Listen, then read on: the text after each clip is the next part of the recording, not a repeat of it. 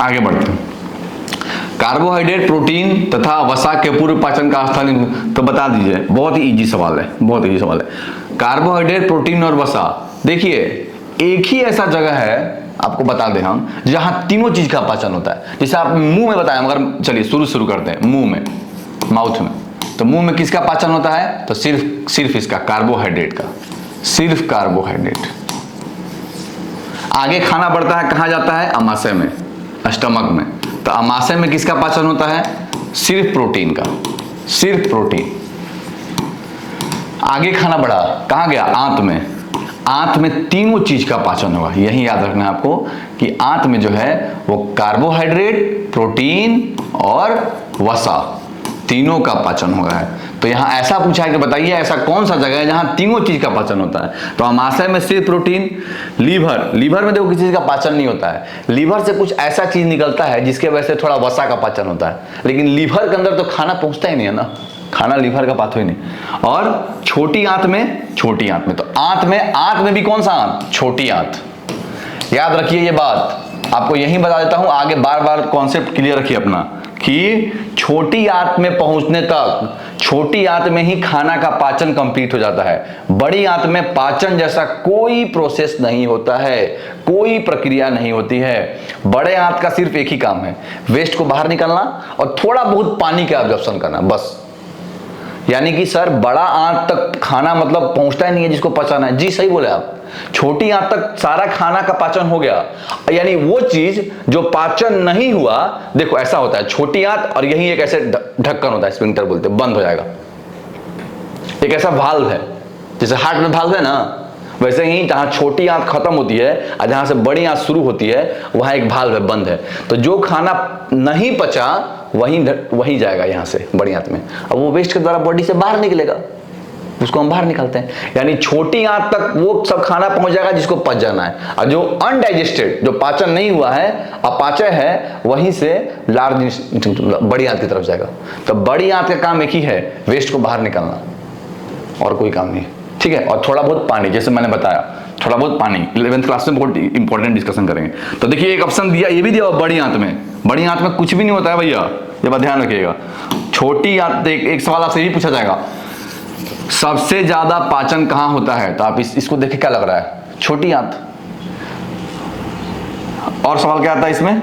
एक और सवाल आता है, सबसे ज्यादा खाना पचता भी छोटी आंत में है, और वहां से सबसे ज्यादा आमाशय, मतलब एब्जॉर्प्शन भी वही होता है। खाना डाइजेस्ट होने के बाद सबसे इंपॉर्टेंट, आखिर हम खाना करेंगे क्या?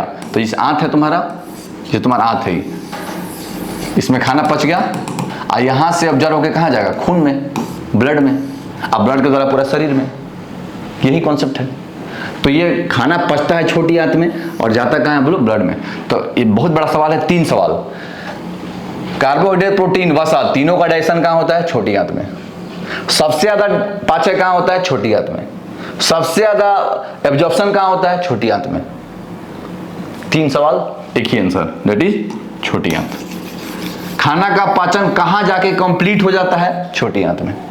तो ये सवाल कई बार घुमा के पूछा जाएगा, लेकिन सबका आंसर क्या होगा? छोटी आंत। तो मैंने आपको यही कवर कर दिया, आगे के सवालों में आसान हो जाएगा आपको यही काम। स्वपोषी पोषण के लिए आवश्यक है। स्वपोषी मतलब जो खाना अपना खुद बनाए, जो खाना खुद बना रहा है, प्लांट को क्या कर रहा है? कौन सा प्रोसेस करता है? बोलो प्रकाश संश्लेषण। तो प्रकाश संश्लेषण में क्या चाहिए?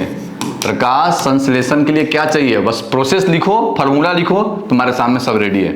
CO2, H2O, लाइट चाहिए, प्रकाश चाहिए, और क्या चाहिए? बोलो लाइट के अलावा और क्या चाहिए? क्लोरोफिल चाहिए। इतना चीज चाहिए, बाकी ग्लूकोज बना लेंगे हम लोग। यानी क्या चाहिए? बोलो CO2 भी चाहिए, क्लोरोफिल भी चाहिए, सूर्य का प्रकाश भी चाहिए। यानी आंसर क्या आ जाएगा? बोलो सभी चाहिए। ठीक है जी। तो ये इतना बार फार्मूला, बस आप क्या सीख रहे हैं कि आपको ये फार्मूला दिमाग में छपा होना चाहिए। कार्बन डाइऑक्साइड पानी से रिएक्ट करता है पत्तियों में, क्लोरोफिल में, लाइट के प्रेजेंस में, और बनाता है ग्लूकोज। और एक ना चाहते हुए भी एक प्रोसेस कौन सा निकल जाता है? ऑक्सीजन। जो ऑक्सीजन का हम लोग सांस ले रहे हैं, वो ऑक्सीजन बेसिकली निकलता कहां से? बोलो प्रकाश संश्लेषण में। और प्लांट उसको बनाने नहीं जा रहा था, प्लांट को चाहिए था खाना, लेकिन इसीलिए हम लोग बहुत ही इंपॉर्टेंट वर्ड यूज करते हैं, by product. What is by product? Product वो चीज होता है जो हम बनाना चाहते हैं, बाई प्रोडक्ट वो होता है जो बनाने के दौरान बन जाता है। तो that is oxygen is by product not a product. थोड़ा ज्यादा डीप हो जाएगा पर इसको हम लोग 11th क्लास में कवर करेंगे। विश्राम की अवस्था में मनुष्य का हृदय 1 मिनट में कितनी बार धड़कता है? ठीक है, देखो ज्यादा डिटेल में नहीं बताऊंगा इसमें, ठीक है, इजी से बता देता हूं। इसको आप यहां से महसूस भी कर सकते हैं, जिसको हम लोग बोलते हैं पल्स। 3 फिंगर रख के आप आएंगे कॉलेज में, देखेंगे कि आप काउंट करिए 1 मिनट में कितना बारी आ रहा है। तो जो हमारा हार्ट धड़कता है ना, तो ब्लड को पंप करता है। तो यहाँ एक आर्टरी है, तो यहाँ जो धामिनी है आर्टरी है, जो कि जिसमें टच करेंगे तो उसका प्रेशर फील आएगा। तो यानी जितना बार यहाँ प्रेशर फील हो रहा है मतलब उतनी बार आपका हार्ट धड़क रहा है। तो अगर किसी का हार्ट रेट काउंट करना है तो यहाँ से आप कर सकते हैं, इसको बोलते हैं पल्स।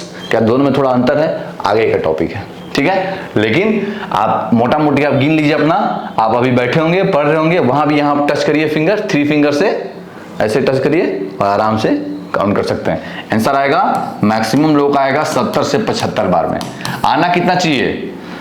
देखो यहाँ ऑप्शन तो ढेर सारा है, 60, 80, 72, 90, लेकिन अगर एग्जैक्टली पूछा जाए तो कितना बार होता है? हार्ट हमारा कितने बार धड़कता है? 75 बार, 70 से 75 बार। तो एक आंसर लेना हो तो कौन सा लेंगे? बोलो 72 बार। लेकिन आगे की क्लासों में चर्चा होगी हमारी कि 60 से 100 एक रेंज रख लो, सबका 70-75 नहीं आएगा, ठीक है। ऐसे नहीं होगा किसी का 80 आएगा तो तुम उसको अस्पताल में भर्ती कर लोगे, ऐसा नहीं होगा। 60 से कम आएगा तब बहुत टेंशन है, 100 से ज्यादा आएगा तब बहुत टेंशन है। ये दोनों हमारे लिए इंपॉर्टेंट केस है, इसके बाद अस्पताल आना है तुमको, ठीक है जी। लेकिन उसके पहले बॉडी अपने आप कंपनसेट कर सकता है। जैसे आप दौड़ के आइए अभी और दौड़ के आइए, बोले सर मेरा आप हार्ट रेट नाप दो, मैं बता दूंगा आपको आ रहा है 90-100। अभी आप बिल्कुल रेस्ट कर रहे हैं, स्लो हो जाएगा। इसीलिए ये वेरिएबल है, लेकिन एक इंपॉर्टेंट चीज है, जो आप बैठे हैं वही नाप सकते हैं 72 बार। 100 से ज्यादा आएगा तब टेंशन है, 60 से कम आएगा तब टेंशन है, याद रखिए। चलिए आगे बढ़ते हैं। पौधों में रसा शोषण का, हाँ वही बताया मैंने आपको, रसा शोषण मतलब खाना। बताइए क्या बताया था मैंने आपको कि पानी के लिए क्या है? जाइलम, और खाने के लिए क्या है? फ्लोएम। जाइलम क्या करता है? पानी को नीचे से कहां ले जाता है? ऊपर। लेकिन खाना कौन सी दिशा में जाता है? ऊपर से नीचे की ओर कि नीचे से ऊपर की ओर कि हर दिशा में? यही बताया हूं, हर दिशा में। और खाने के ट्रांसपोर्ट के लिए क्या है हमारे अंदर? तो वो है फ्लोएम। तो याद रखिएगा इसका आंसर जाइलम नहीं, क्या होगा? सीधे फ्लोएम। फ्लोएम 1 लाइनर सवाल है भाई, बहुत इजी सवाल है। Phloem, it is phloem. आगे बढ़िए, बहुत इजी सवाल, मैं आपको पहले डिस्कस कर चुका हूं इसके बारे में। प्रकाश संश्लेषण की क्रिया का एक उत्पादक है, बताइए प्रकाश संश्लेषण क्रिया में क्या बनता है? तो प्रकाश संश्लेषण की क्रिया में बनता है, अब बार बताइए, बार बार एक ही चीज को बताया जाता है, क्या उत्पादक है? बताइए क्या बनता है? पानी बनता है? नहीं, पानी तो यूज होता है। पानी बनता कहाँ है? पानी तो यूज करते हैं हम। दूध बनता है? बिल्कुल नहीं। ग्लूकोज बनता है? बिल्कुल, यही तो बना रहे हैं हम लोग। प्रोसेस याद हो, काम खत्म। CO2 H2O बना ग्लूकोज, साथ में क्या निकल गया? कौन सा चीज? ऑक्सीजन। ये फार्मूला दिमाग में छपा होना चाहिए। और ये हो कहाँ रहा है? पत्ती में, क्योंकि पत्ती में क्या होता है? क्लोरोफिल। और इसके लिए कौन सा एनर्जी चाहिए? प्रकाश ऊर्जा चाहिए, लाइट एनर्जी, प्रकाश ऊर्जा। बस ये चीज याद रहे, आधा सवाल सॉल्व। ठीक है जी। तो क्या बनता है बताइए? प्रकाश संश्लेषण में क्या बनता है? ग्लूकोज बनता है। ऑक्सीजन क्या बनाना चाह रहे हैं कि बन गया है? बन गया। ये बार बार याद रखिए। और वही ऑक्सीजन आप सांस लेते हैं, इसीलिए बोलते हैं प्लांट लगाइए, पौधा लगाइए, वहाँ ऑक्सीजन फ्रेश मिलता है। जहाँ प्लांट होगा वहाँ ऑक्सीजन क्या होगा? फ्रेश। जहाँ प्लांट ज्यादा होगा वहाँ फ्रेश ऑक्सीजन मिलेगा आपको, क्योंकि फोटोसिंथेसिस कर रहा है, प्रकाश संश्लेषण कर रहा है और वहीं से ऑक्सीजन निकाल रहा है। आगे बढ़ते हैं। ये सवाल आ चुका है पीछे, बार बार। प्रकाश संश्लेषण में ऑक्सीजन का मूल स्रोत कहाँ है? कहाँ से निकलता है ऑक्सीजन? ये डिस्कस कर, बहुत डिटेल में बताए थे कि कहाँ से निकलता है। बोलो जल से। इस पे रिसर्च कैसे बताए थे कि कार्बन डाइऑक्साइड से ऑक्सीजन नहीं निकलता। ऑक्सीजन कहाँ से निकलता है? जल से। जो CO2 है वो पानी से कंबाइन किया और क्या बनाया? ग्लूकोज, और निकला ऑक्सीजन। तो चिंता का विषय यह था कि बताइए ऑक्सीजन कहाँ से निकल रहा है, CO2 से कि पानी से। तो साइंटिस्ट ने प्रूफ किया कि ऑक्सीजन कहाँ से निकलता है, जल से। नीट में कई बार पूछा हुआ है, ओलंपियाड में भी, बोर्ड में भी, याद रखें, बहुत इंपॉर्टेंट। चलिए भाई आगे बढ़ते हैं। एक स्वच्छ मनुष्य में पंकुचन एवं अनुशक्ति दाब होता है। तो देखिए पंकुचन एवं अनुशशील, देखिए क्या होता है ये, ब्लड प्रेशर, पंकुचन एवं अनुशशील का होता है। देखो जब हार्ट धड़कता है ऐसे, पंप किया, तो उस समय प्रेशर क्या होगा, ज्यादा होगा कि कम होगा, ज्यादा होगा। देखो ना, आप ऐसा हार्ट बीट फील करो ना, जब कॉन्ट्रैक्ट हो रहा है तभी आपको दाब फील हो रहा है। जब हार्ट जो है वो रिलैक्स है, अपने नॉर्मल अवस्था में है, तब तो आपको प्रेशर फील नहीं हो रहा है। तो बेसिकली होता यहाँ पे कॉन्सेप्ट क्या है कि जब हार्ट कॉन्ट्रैक्ट करता है उस समय ब्लड आता है इस धमनी में, और इस ब्लड के कारण यहाँ पे प्रेशर लगता है। तो जब हार्ट कॉन्ट्रैक्ट की अवस्था में होता है तब प्रेशर ज्यादा होगा, कि जब हार्ट रिलैक्स करेगा तब प्रेशर ज्यादा होगा। तो जब हार्ट कॉन्ट्रैक्ट करेगा तब ज्यादा ब्लड आएगा धमनी में, तो प्रेशर वहां क्या रहेगा, हाई रहेगा। तो जब कॉन्ट्रैक्ट करता है ऐसे तब ब्लड आएगा और इस पे प्रेशर आएगा। अब वही प्रेशर को हम नापते हैं, बीपी जिसको आप बोल रहे हैं, वही प्रेशर को हम नापते हैं। तो ये जो दबाव है उसी को नापना है हमें। तो यहाँ धमनी में आया रक्त और इस पे दबाव लगाया, तो जब हार्ट ऐसे कर रहा है तब प्रेशर कितना आता है, 120। लेकिन मैं आपसे दूसरा सवाल पूछता हूं, अगर हार्ट नॉर्मल अवस्था में है, वैसे कॉन्ट्रैक्ट नहीं कर रहा है, तो क्या उस समय ब्लड नहीं है धमनी में, है, लेकिन ज्यादा है कि कम है, कम है, इसीलिए उस ब्लड का प्रेशर भी क्या है उस धमनी पे, कम है। अब वो प्रेशर कितना आता है, 80 mm ऑफ Hg। ये प्रेशर का जो है वो यूनिट है। तो याद रखिएगा, ब्लड में प्रेशर तब 120 है जब हार्ट क्या कर रहा है। अब जब नहीं ऐसे कर रहा है तब क्या उसमें ब्लड नहीं है, लेकिन उसमें प्रेशर क्या है, कम है। कितना है, 80 है। तो नॉर्मल दबाव कितना होता है, बोलो। नॉर्मल जो होगा वो दाब होता है कितना, नॉर्मल दाब होता है 120/80, 120/80, 120/80। वसा का पाचन कौन करता है, बताओ। वसा का पाचन कौन करता है, वसा फैट का पाचन कौन करता है, वर्ड नहीं। देखो पहला ऑप्शन है पेप्सिन, यही बता देता हूं, सुन लो, थोड़ा ऑप्शन के बारे में डिस्कस कर लेता हूं। पेप्सिन बेसिकली पचाता है प्रोटीन को, ट्रिप्सिन भी पचाता है प्रोटीन को, और लाइपेज पचाता है वसा को। पेप्सिन कहां निकलता है, पेप्सिन ये हमारे निकलता है आमाशय में, स्टमक में। ट्रिप्सिन निकलता है पैंक्रियाज, नहीं पूछेगा। एमाइलेज ये किसको पचाता है, कार्बोहाइड्रेट को, कार्बोहाइड्रेट। चलिए, तो वन लाइन का क्वेश्चन है, वसा का पाचन कहाँ होता है और करता कौन है। तो वसा का पाचन होता है लाइपेज। ये लाइपेज याद रखिएगा, ये आंत से निकलता है। कहां से निकलता है, बोलो, आंत से, छोटी आंत से, छोटी आंत से, छोटी आंत से निकलता है लाइपेज, और ये पचाता है फैट को, यानी वसा को। ये बात आपको ध्यान रखना है। चलिए जी आगे बढ़ते हैं। स्वपोषण होता है, बताइए कौन सा, आज बता चुके हैं। स्वपोषण हरा पौधा, कोई डिस्कशन लायक बात नहीं है। हरा पौधा अपना खाना खुद बनाता है, स्वपोषण होता है। ठीक है, ये आ चुका है सवाल पहले। ठीक है, आगे बढ़ते हैं। पादप में जाइलम किसके लिए उत्तरदायी है, जाइलम क्या करता है, पानी पहुंचाता है। कहां, नीचे से ऊपर। तो बताओ पादप में जाइलम क्या करता है, हाँ बताइए। तो क्या करता है जाइलम, जाइलम किसके लिए उत्तरदायी है, तो बहुत बता चुका हूं, जाइलम पानी पहुंचा रहा है। कहां, नीचे से ऊपर।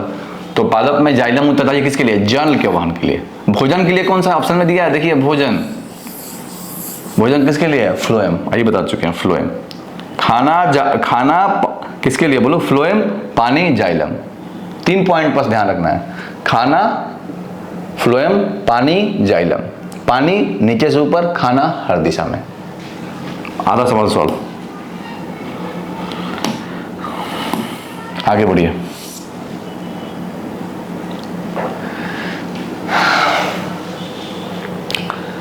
अंग्रायासिक रस में से कौन सा एंजाइम पाया जाता है?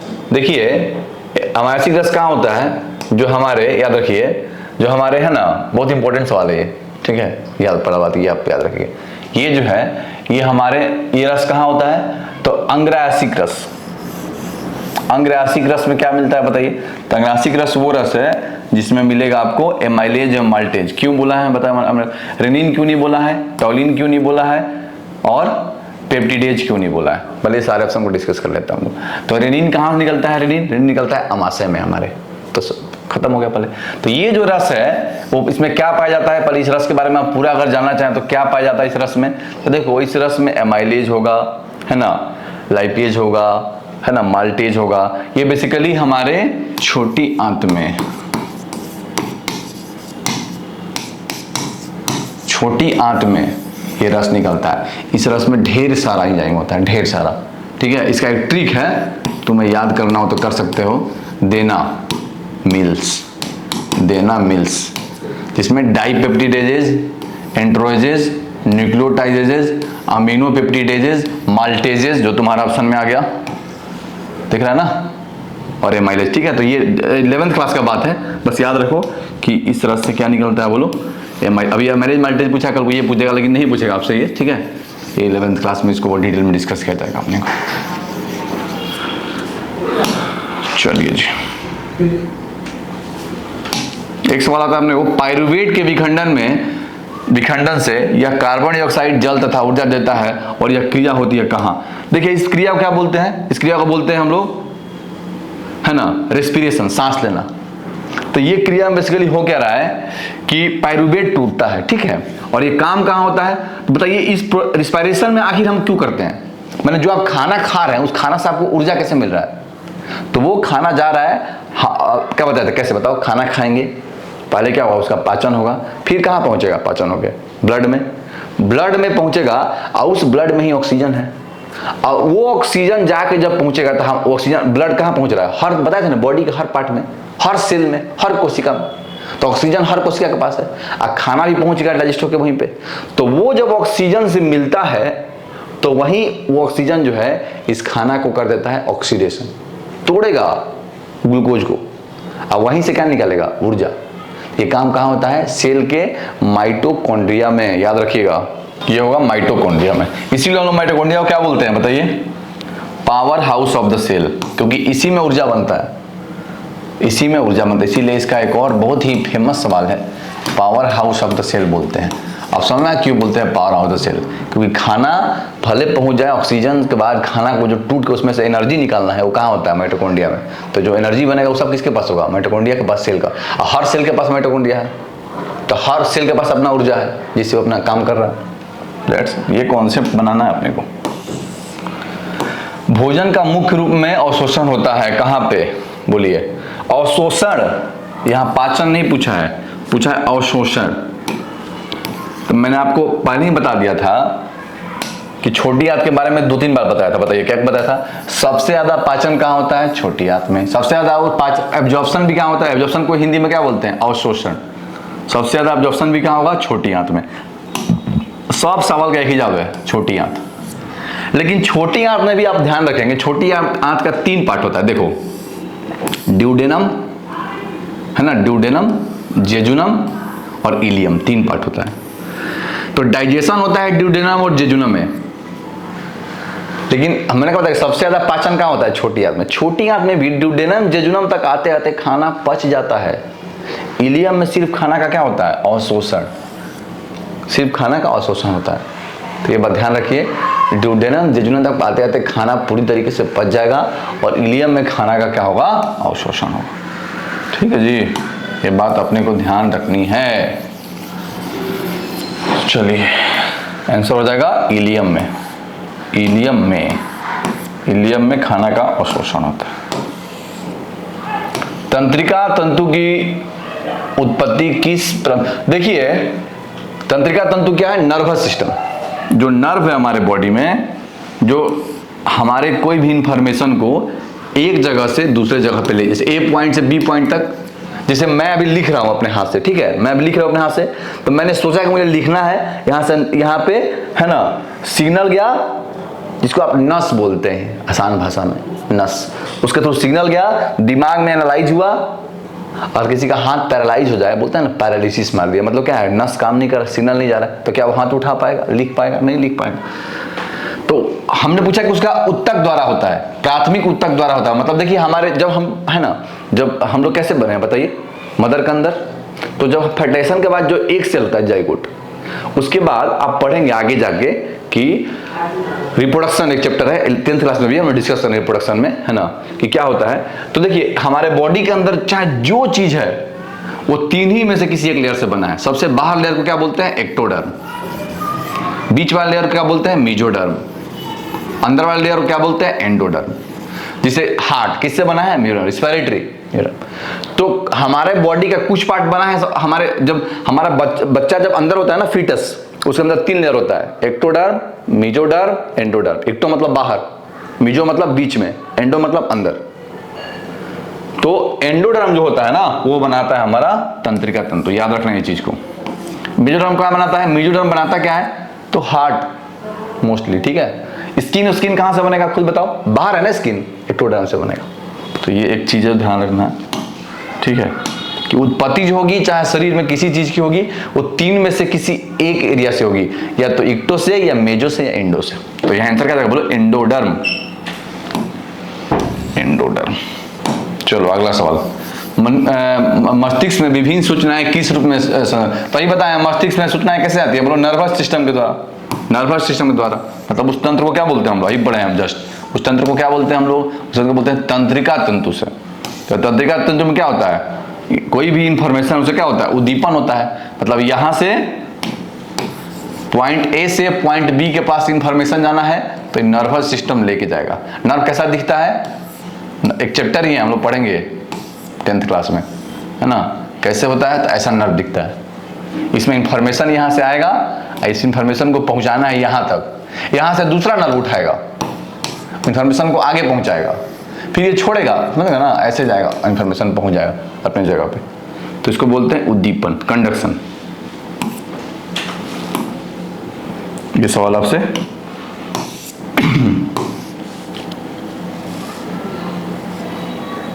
ये सवाल बार बार आ चुका है, बताइए। मनुष्य में विक्र एक तंत्र का भाग है जो संबंधित है। विक्र क्या करता है, बोलो, बता रहे हैं, उत्सर्जन उत्सर्जन उत्सर्जन। किडनी, किडनी क्या करेगा, वेस्ट को निकालेगा बॉडी से बाहर। तो इसका आंसर क्या जाएगा, बोलो, उत्सर्जन से, उत्सर्जन से। चलिए बहुत ही आ चुका है सवाल, ये अभी मैं जस्ट पीछे बता रहा हूं, तो बार बार इसको देख मतलब नहीं है, ठीक है। वाष्पोत्सर्जन, मतलब ट्रांसपिरेशन में क्या होता है बताओ, पत्तियों से। अभी जाओ ना आप, जैसे जैसे देखोगे कि, है ना, सुबह सुबह जाओगे तो क्या होगा, जैसे अभी ठंडा का टाइम आने वाला है ना, सुबह सुबह देखोगे तो पत्ती के ऊपर पानी, कभी कभी पानी पत्ती से बाहर निकल जाता है, ऊपर से पत्ती से। सुबह सुबह जाओगे ठंडा में देखोगे तो पत्ती के ऊपर पानी आपको लगा हुआ मिलेगा, पत्ती के ऊपर। आप सोचो क्या इसमें माजरा क्या है। ठंडा में क्या हो रहा है, गर्मी में तो इतना सनलाइट ज्यादा है कि जो प्लांट के अंदर जो पानी है, देखो प्लांट को बड़ा दुविधा है। क्या दुविधा है कि प्रकाश संश्लेषण के लिए क्या चाहिए, CO2 और H2O, ठीक है। H2O कहां से आएगा, जड़ से पानी जो देंगे। CO2 किससे, सांस लेने के लिए हमारे पास फेफड़ा है ना, प्लांट के पास फेफड़ा नहीं है। प्लांट के पास है एक चीज जिसको बोलते हैं स्टमक। क्या होता है ना, स्टोमाटा, सॉरी स्टोमाटा। तो स्टोमाटा इसे खुलता है, देखो इसमें CO2 अंदर जाएगा। लेकिन जब स्टोमाटा खुलेगा तो जब सनलाइट पड़ेगा तो पानी का क्या होगा, लॉस होगा।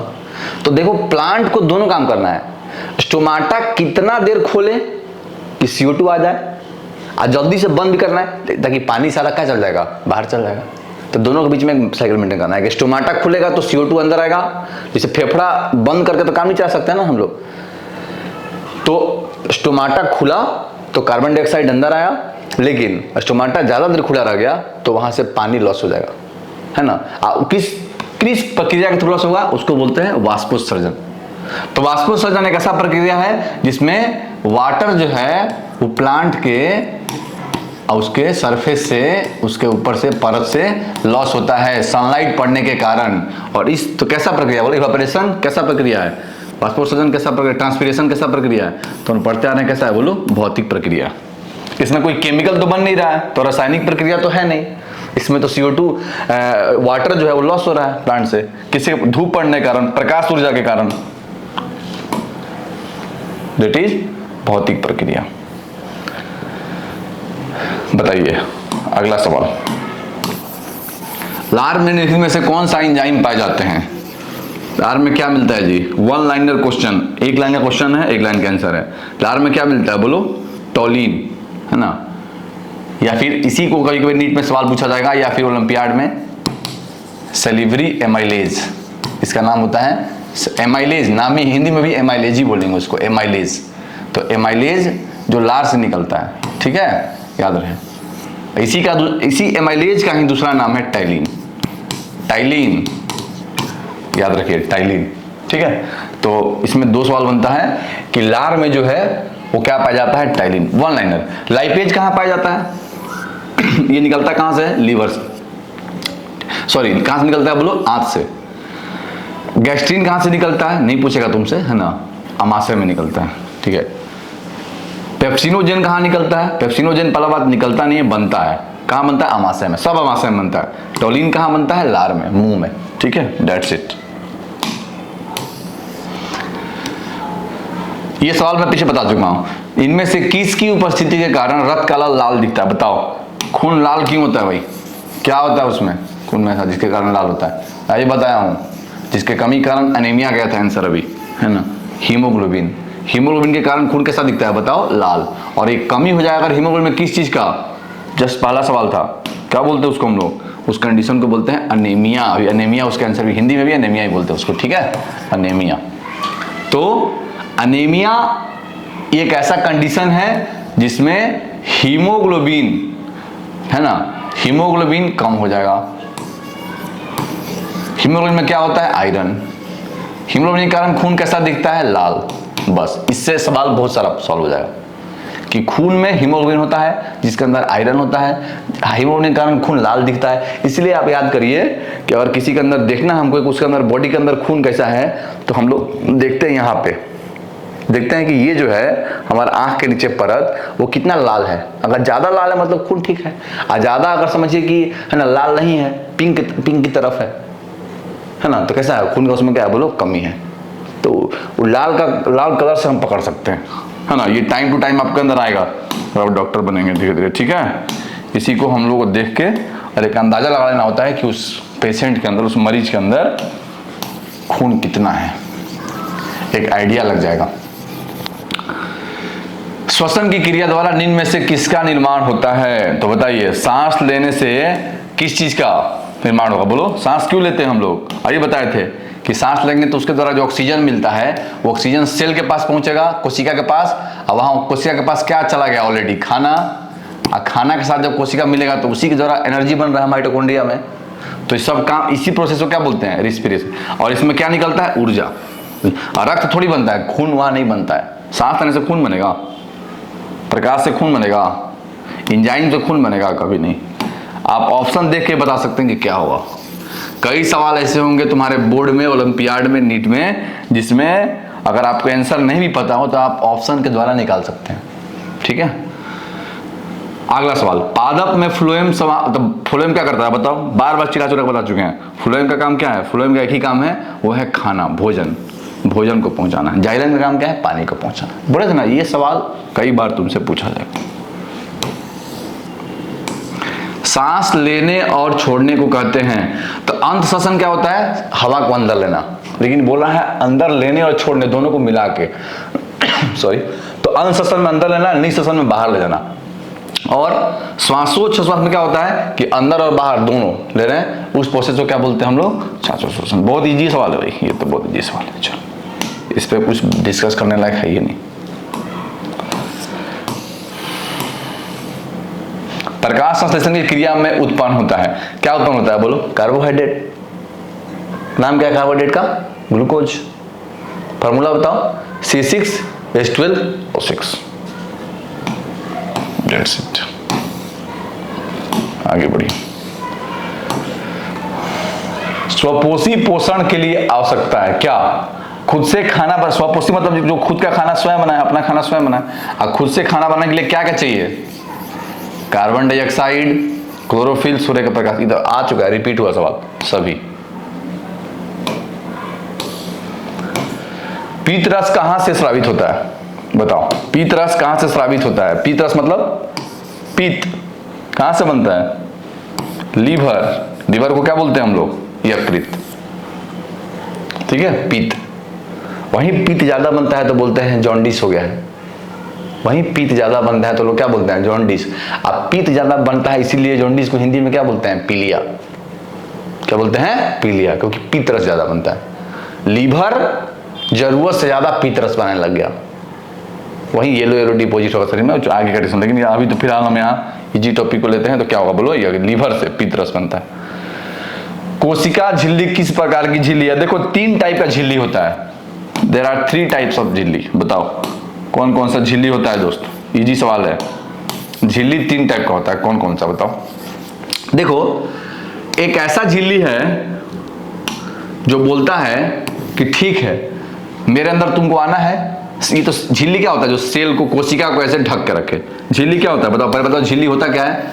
जो कोशिका के ऊपर का कवर है, जो कोशिका के ऊपर का कवर है ना, ये झिल्ली है। ये कोशिका है, इसके ऊपर का जो कवर दिख रहा है ना, ये झिल्ली है। इसके अंदर ये प्लीज, तो ये कोशिका बना दिया मैंने आपको। तो ये जो कवर है इसको बोलते हैं झिल्ली। 3 टाइप का झिल्ली होता है। एक ऐसा झिल्ली है जो बोलता है कि बाहर चाहे कोई मटेरियल हो, सब हम मेरे अंदर आ सकते हो, किसी का परमिशन का जरूरत नहीं है। ऐसे अगर किसी कोई ऐसा झिल्ली है जो बोलता है कि सब मेरे अंदर आ सकता है, ठीक है, उसको बोलते हैं हम लोग, क्या बोलते हैं बोलो? पारगमय, परमिएबल है, सबको अलाउ करता है। अच्छा, एक ऐसा झिल्ली हो सकता है जो बोले कि नहीं, कोई नहीं आ सकता है मेरे अंदर, चाहे आप कोई हो, पानी हो, कोई सॉल्ट हो, कोई नहीं आ सकता है, तो उसको बोलते हैं हम लोग अपारगम्य, इम्परमिएबल।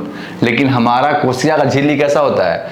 जो जरूरत है उसी को अपने अंदर लेता है, जो जरूरत है उसी को, मतलब अपने सुविधा के अनुसार। तो ना परमिएबल, ना पारगमय, ना इम्परमिएबल, इट इज अपारगमय, इट इज सेमी, आधा परमिएबल होता है।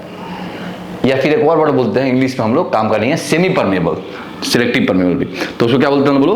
अर्ध पारगमय। अर्ध पारगमय होता है ना, अर्ध पारगमय। ठीक है, आगे बढ़ते हैं।